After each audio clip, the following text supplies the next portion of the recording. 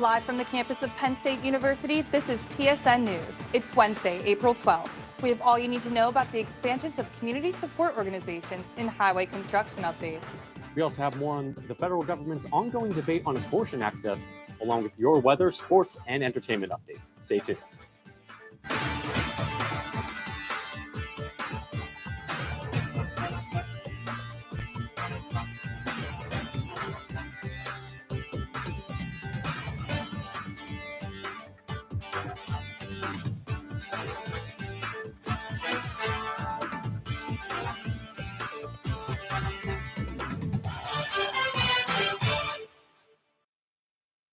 Thanks for joining us tonight. I'm Malia Brown. And I'm Cameron Lobley. The Happy Valley Sports and Entertainment Alliance has appointed Eric Engelbartz as their newest executive director. He is set to lead the organization's efforts to improve Center County's reputation as sports and entertainment destination. Since 2012, Engelbartz has served as the executive director of the Michigan Sports Alliance. During that time, he created and grew the State Games of Michigan, piloted a second sports hub, and organized a successful launch for Winter Games in Marquette, Michigan. Additionally, he has worked with the West Michigan Sports Commission, the National Congress of State Games, and the Alabama Sports Festival. He'll begin his new role on April 29th. Well, a local homeless shelter is beginning to take steps to provide stable nighttime shelter to guests. Since 2020, Out of the Cold Center County has been providing food and support services to those experiencing homelessness in the area. But the shelter's headquarters on Atherton Street have been limited to daytime support. Now, members of OOTC have begun to work on renovations to the building so it can be used as a permanent shelter. Around $500,000 in funding will go towards additions, including wellness rooms and more accessible bathroom facilities. The project is expected to continue into May of this year. During that time, the day shelter will still be available. OTC is also holding a community fundraiser starting on April 21st at Calvary Church Harvest Field. So you can find more info about that on outofthecoldcc.org. The Walker Township Council is moving forward on the development plans for a future state college food bank. The council overwhelmingly passed the motion to make modifications to an existing structure that will house the food bank. The bank will remodel and relocate to a 14,500 square foot property on Gerald Street in Walker Township. This space was purchased for $1.3 million in August after that bank outgrew and sold its existing home on South Atherton Street. A 1,080 square foot expansion will be added to the front of the building, a 3,156 square foot addition to the back, and a 318 square foot truck dock are all planned for the new location. The restorations and expansions are slated to begin this summer with an occupancy date of spring 2024. Well, work started up yesterday on a $2 million highway resurfacing project right here in Center County. Contractors began milling and patching operations along Route 445 in Walker Township. This is just one part of around 23 miles of road the Pennsylvania Department of Transportation says that this project will improve upon. While that work's happening, PennDOT is urging drivers to keep an eye out for changing road conditions and to exercise caution in road work areas. This work on 445 is expected to be finished by this Friday, and the full project is set to be finished by the end of June. You can find the full roadwork schedule at penndot.gov. Well, the annual Blue and White game is kicking off this Saturday. So what weather can students and fans expect to see in Beaver Stadium? We're going to throw it over to Luke Snyder with the Campus Weather Service, who has more details on what we can expect in tonight's weather report. Take a look.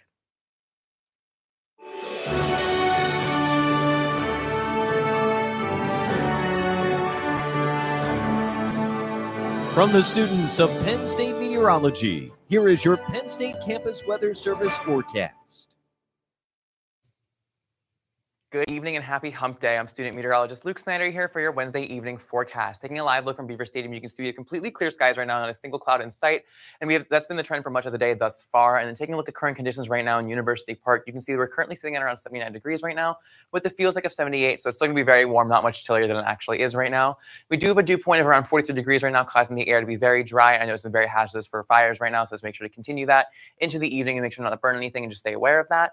And we have some great visibility and some strong winds coming in around around 15 miles per hour. And taking a look at temperature right now, you can see the State College again is at 79 degrees right now. And the trend for much of the Commonwealth has been the mid to upper 70s, and then even the mid to lower 80s right now. And taking a look, I know behind me there's temperature departures from average. So you can see that almost the entire state is going to be well above average for this time of year. Almost everywhere is around 20 degrees or more warmer than it typically is for this time of year in April. And that trend is going to continue as we zoom out into the rest of the lower 48 as well. You can see there's a very large warm air mass moving through the area right now, and that's going to be hitting around in the Midwest over here. And then you can see that it's going to be very warm over here in Omaha and just right north in Bismarck. It's a very strong and very drastic temperature difference, and you can see that's going to continue into the rest of the week as it moves through Pennsylvania later on. Looking at the future radar, you can see that later on this evening, temperatures are going to continue to dip as we have clear skies for the rest of the week. And then looking into tomorrow morning, early tomorrow morning for your commute, you can see that it's going to be still very cold for this, or very warm rather for this time of year, not very cold. And you can see the temperature is still going to be well above average for tomorrow morning.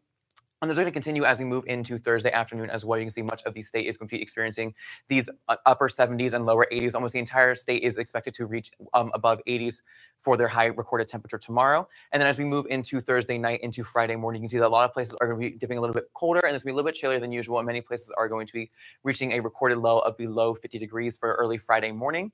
And then taking a wider look and looking ahead into the weekend, you can see some clouds moving in through later on Friday evening, right ahead of this strong rain system that's eventually going to hit through on Saturday, as you can see here. Taking a look at Saturday afternoon, it's going to be a little bit of scattered showers for Saturday's blue and white game here at Penn State. And then taking a further look into the rest of the weekend, you can see the showers are going to be lingering and just continuing on very scattered throughout the rest of the weekend into Saturday. And taking a look at Sunday, you can see it's going to be a little bit more persistent as they hit later on Sunday evening, right ahead of this very strong rain system coming in through the west side of the state. Expected Sunday evening into Monday, we have some very strong and very persistent showers. Looking at the rest of today, you can see tonight we're going to be reaching a low of 54 degrees with those clear skies continuing and some slight winds coming in. And then taking a look at tomorrow, you can see that we're going to be reaching a high of 81 degrees with sun, and more sun. We're having those slight winds coming in again, continuing. So make sure to enjoy that one last day of gorgeous sunshine. And taking a look at your 7-day outlook, you can see that we have those high temperatures continuing for Friday and into Saturday as well before they begin to dip into the weekend. And those showers are going to make their way through into the weekend and into the beginning of the new work week as temperatures begin to decrease in Monday into Tuesday. And then hopefully those clouds are going to begin to leave into Wednesday as we have those April showers eventually leaving the area. From the Penn State Campus Weather Service, I'm Luke Snyder. Have a great night.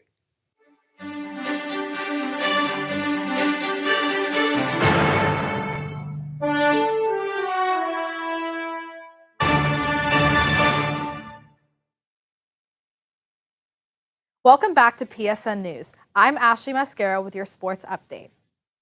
The Penn State softball team hosted rival Ohio State last night for a midweek doubleheader. In Game 1, senior Caitlin Morrison doubled through the right center gap in the bottom of the second inning. She was able to score the first point of the game after teammate Morgan Farah hit into right field and made it to second base. Over the next 3 innings, the Buckeyes pulled 5 runs, making it a 5-1 Buckeye lead. Junior Emily Maddock helped her team score 4 more points with hits into left field in the 5th and 6th innings. But unfortunately, that wasn't enough to keep up with Ohio State, making the final score 9-5. In Game 2, the Buckeyes scored 2 runs right off the bat and again in the 4th. Penn State was able to tally their first point of the game in the 5th from a run by Morrison. Ohio State scored the final point of the game in the 7th, giving them a 4-1 victory. The Nittany Lions host Rutgers this weekend at Beard Field and Nittany Lions Softball Park for a 3-game stretch beginning Friday at 5 p.m.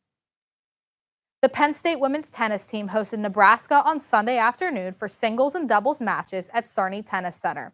In the doubles, Nittany Lions' Juana Gihorgita and Alina Lebedeva pulled out the only doubles wins for their team with a score of 6-0. The other 2 Penn State pairs were defeated with scores of 6-3 and 7-5, granting Nebraska the doubles victory. In singles, the Nittany Lions were able to get a win with Sofia Cheklasova, Yvonne Zepova, Juana Gihorgita, and Carla Gierbau all defeating their opponents. On Saturday, the ladies will be in Ann Arbor, Michigan to take on the Michigan Wolverines at noon for another match. Both the Eastern and Western Conference playoff races in the National Hockey League are closer than ever. In the Eastern Conference, the Florida Panthers clinched the first wildcard spot Tuesday night by both the Buffalo Sabres and Pittsburgh Penguins losing their matches, and Buffalo was also eliminated from playoff contention. The final wildcard spot can be grabbed by the New York Islanders if they beat the Montreal Canadiens, which is currently being played. The Pittsburgh Penguins can snatch the final spot with a win over the Columbus Blue Jackets on Thursday evening and an Islanders loss tonight. But if the Penguins lose, the spot automatically goes to the Islanders. Over in the Western Conference, the Seattle Kraken had already clinched the first wildcard spot, and the Winnipeg Jets were able to secure the second spot on Tuesday night with a 3-1 victory over the Minnesota Wild. The NHL playoffs begin Monday, April 17th. That's all for your sports update. After the break, Emma Goldkopf has the latest updates from the entertainment world. Stay tuned. Hey everybody, thank you for tuning into this edition of Penn State Sports Night.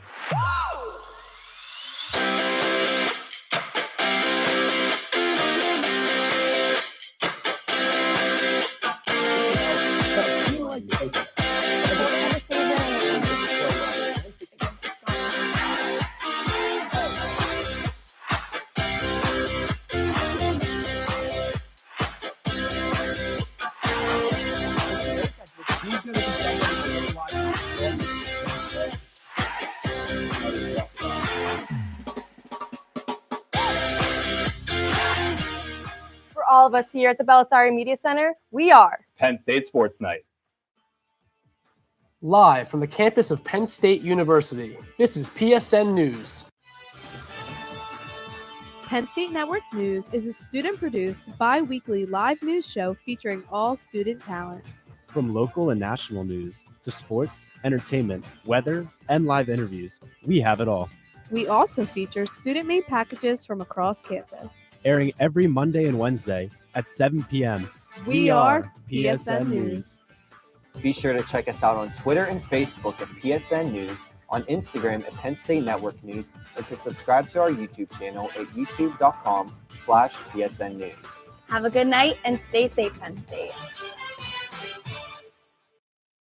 Hey everyone, we are Red Carpet News, your main source of entertainment news at Penn State University.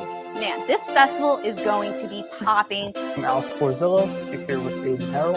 He's going to 23rd with Daddy Elon Warbucks to actual space away from Kim. So in sync, especially during Kendrick's part when they came out, reporting on anything from music, movies, TV shows, fashion, to celebrity gossip. You don't want to miss out on any of the hot topics we discuss. Find our segments on YouTube under the name Red Carpet News for your daily dose of entertainment. We are Red Carpet News.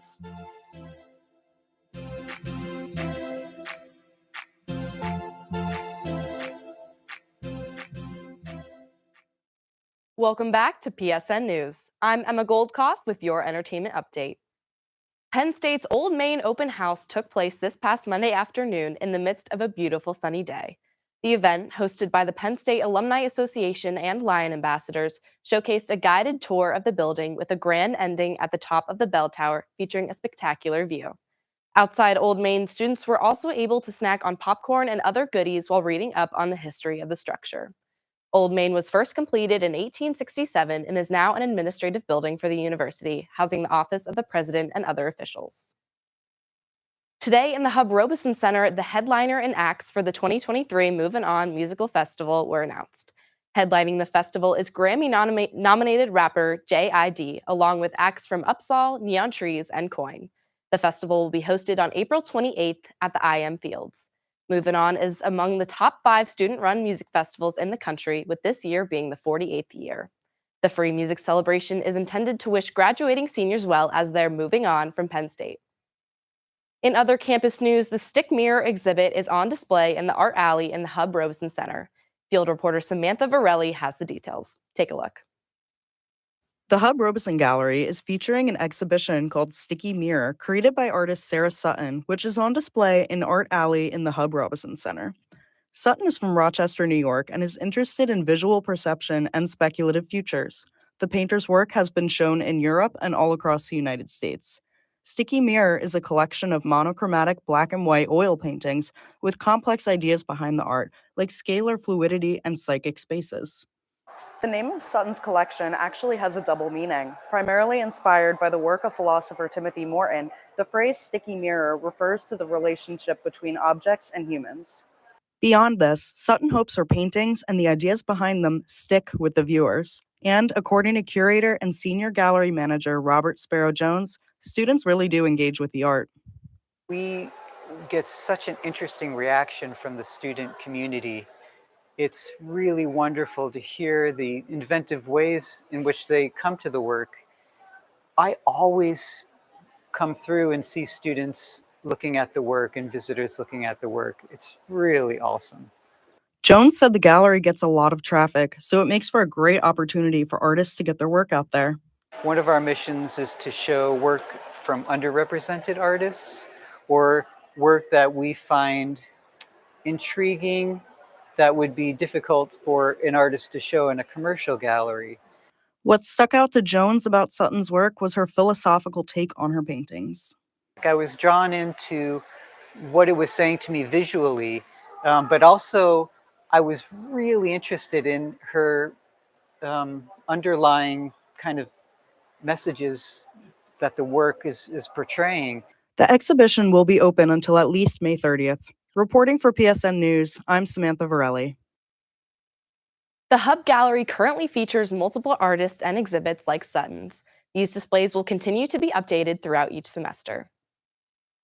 Actress Millie Bobby Brown seemingly announced her engagement to Jake Bon Jovi Tuesday morning via an Instagram post.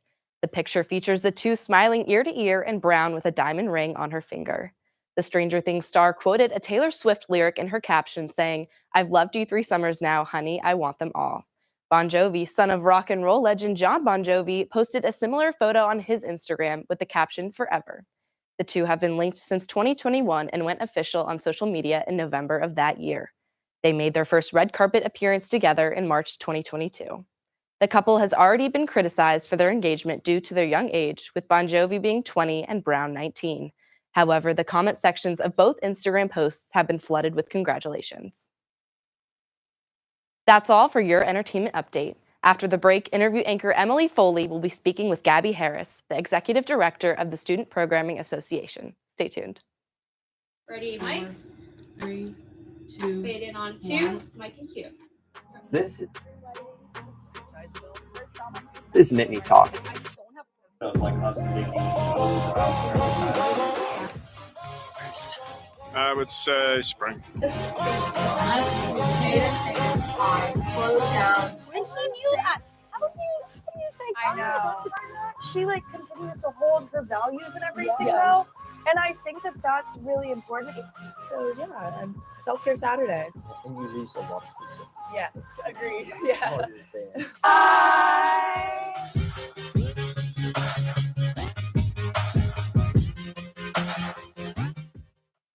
Hey everyone, welcome to Culture Central. My name is Jaden Stewart, What's good, everybody? My name is Eric Pichardo, and we are your hosts creators and executive producers of Culture Central.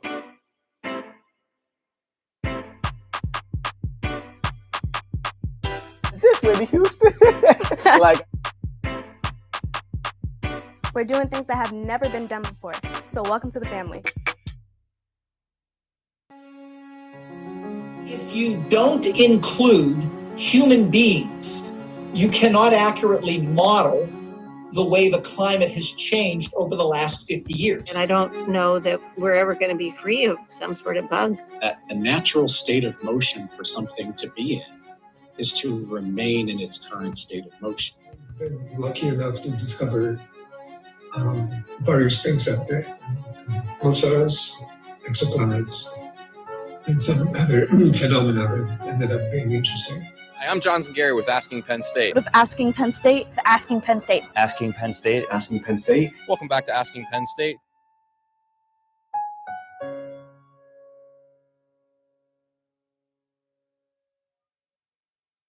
Welcome back to PSN News. I'm Emily Foley. With me tonight, I have Gabby Harris, the Executive Director for the Student Programming Association at Penn State. Gabby, thank you for being with me here tonight. So for those who might be unfamiliar, what exactly is the Student Programming Association? What do you guys do here on campus?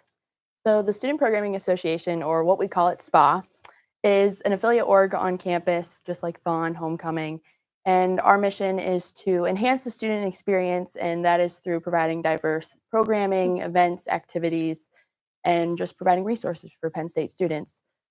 So we do a large majority of the free events that are on campus, mainly in the hub, but some stuff that people might recognize us for are Lights Up, which is our welcome back show at the beginning of the fall semester, which we collaborate with Moving On for. So in August, we brought Kyle and 303 on the hub lawn. Just recently in November, we had Jeanette McCurdy join us for a lecture in Schwab Auditorium, so that was awesome. And then we just had spa day at the beginning of the spring semester, which is our annual hub takeover. So the hub is plastered in green and spa. So yeah.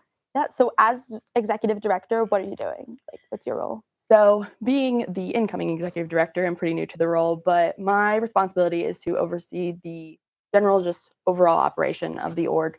So that means that I'm not only overseeing the exec and admin board, but I'm checking in on the general well-being of our members. And then I'm also the one that's going to meetings with other student leaders and departments on campus and university leaders and making sure that we are doing the best to serve the Penn State community and upholding our promise to enhance the Penn State experience. You have a big responsibility, but it's worth it because it always turns out so nice. Yeah. So we've had some really cool events on campus this semester. Ross Lynch was here, which I know I personally loved. It was so much fun. How do you guys go about getting these people to come to campus, and how do you decide who comes to campus? Yeah, so with our admin board, we have programming chairs, but they hold weekly committee meetings. And so we function solely on the input of our members. So it's students planning events for students. And so, for example, with our spa day headliner, which we had Quinn 92, our concerts chair went to our general members during a meeting and said, hey, we're planning to book a spa day artist. Here's a general genre, our budget, and our time frame. And so we all kind of break off into groups and we collaborate on like people that we think would be great for the Penn State community. And then so we usually have a huge list of like 40 names that are just like, some can be like small artists that someone loves, or they could be someone super expensive that we just like have like the hopes of bringing them to campus.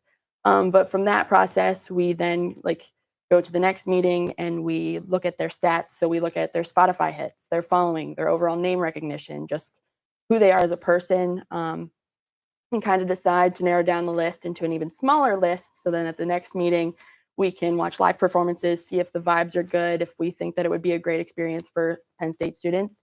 And so then once we vote on a like list of 4 to 5 artists, the programming chair then takes it from there to contact our middle agents, send out an offer. And if the first artist on the top of our list accepts the offer, that's awesome. We can move forward with the event and everything's good to go. But sometimes that doesn't work out. And so we just work our way through the list until we bring someone that the Penn State students want to see. Yeah, that's so cool. There have been so many cool people here this semester. Yeah. So how can joining SPA help someone get the experience in the entertainment industry? And how do you think it's helped you? Yeah, so I have said this probably 1,000 times just in the last like week. SPA has been one of the most rewarding experiences for me on campus, just because like when I first joined during COVID, I really didn't think that I would get as much out of it as I have. So being in SPA, you're not only like helping brainstorm, plan, and execute like our events, but you're also the ones putting on the events. So if you would ever go to a SPA concert, the lighting, the stage, the barricades, the audio, that is all done by SPA members with the help of our production team. And so after the show, we take it all down and load it back into the truck. So while we're meeting people that are in the field and we're making those connections with people in the industry, we're getting hands-on experience putting on those events. And I know like a lot of our alumni have gone off to do great things, whether they're in the marketing agencies or they're with ticketing agencies out in LA, working in the entertainment industry. SPA has helped them get there. And that is just awesome to hear. Yeah, no, that's so cool. That's so cool that you can get that experience here at Penn State. So what personally has been your favorite event that you've been a part of with SPA? So I joined SPA in March of 2021, which was during the pandemic. And so we were doing virtual events. And it's been kind of crazy seeing the comeback of in-person events since COVID. And I would say my favorite event has been the Jeanette McCurdy lecture. She actually was going on a book tour and kind of approached us about like, well, not really approached us, but just kind of reached out and like put a feeler out for a book tour. And we were like, absolutely. So the way that worked out was amazing. And I just remember I was the one to post the Jeanette McCurdy announcement. And so to see the excitement around the event itself.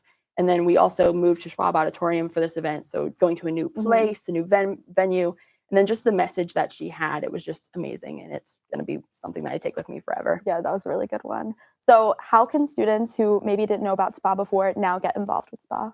Yeah, so all students are welcome and they can join us at any time. We would love to have new members and we love meeting them. But you can email SPA membership, that's SPA membership at psu.edu. And then you can also follow us on Instagram at PSU Spa, and that has all the information you need. Oh my gosh. So thank you so much for coming in to talk to me tonight. We're out of time, but it was great to talk to you. Yeah. All right. Up next, Malia and Cameron will bring you the latest news from across the nation. Stay tuned. Hey, everybody. Thank you for tuning into this edition of Penn State Sports Night.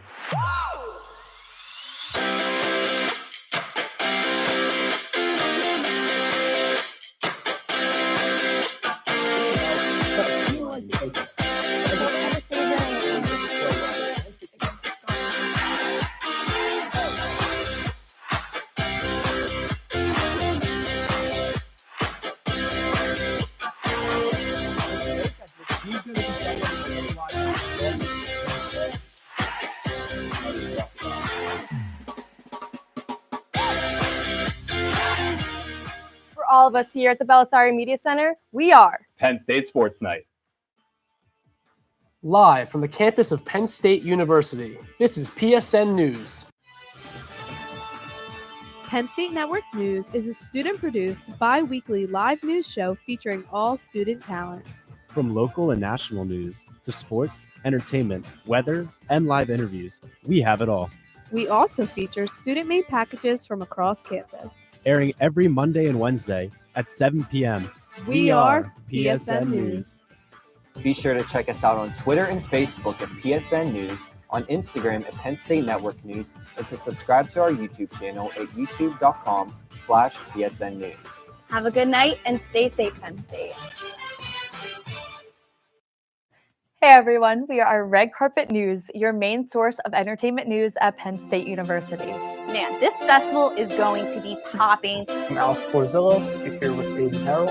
He's going to 23rd with Daddy Elon Warbucks to actual space away from Kim. So insane, especially during Kendrick's part when they came out, reporting on anything from music, movies, TV shows, fashion, to celebrity gossip. You don't want to miss out on any of the hot topics we discuss.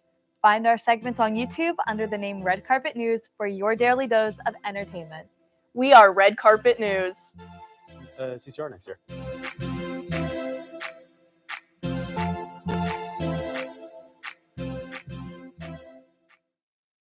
A Louisville police officer is still in critical condition after being shot at the scene of a mass shooting in Louisville this week.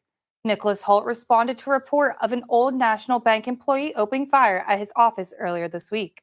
5 people were killed by the gunman's rifle.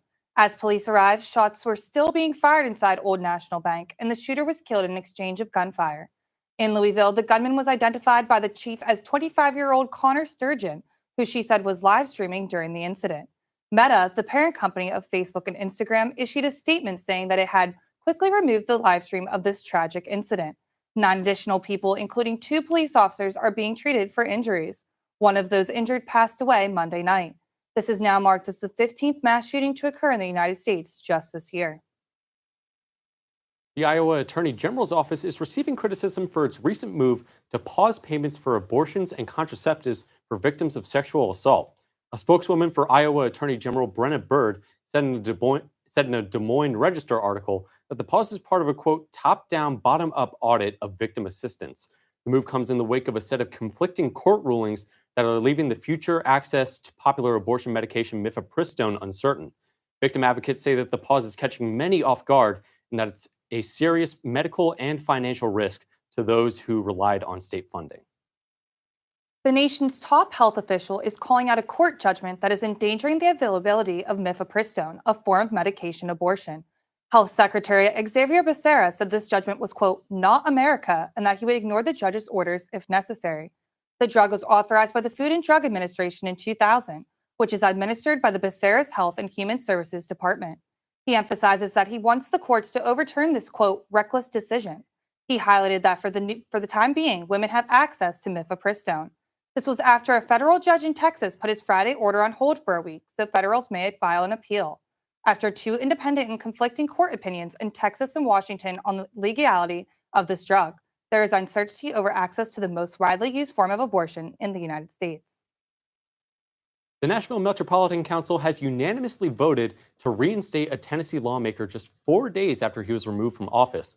Democratic Representative Justin Jones was met with applause as he made his way back into the Tennessee Capitol following his expulsion last Thursday.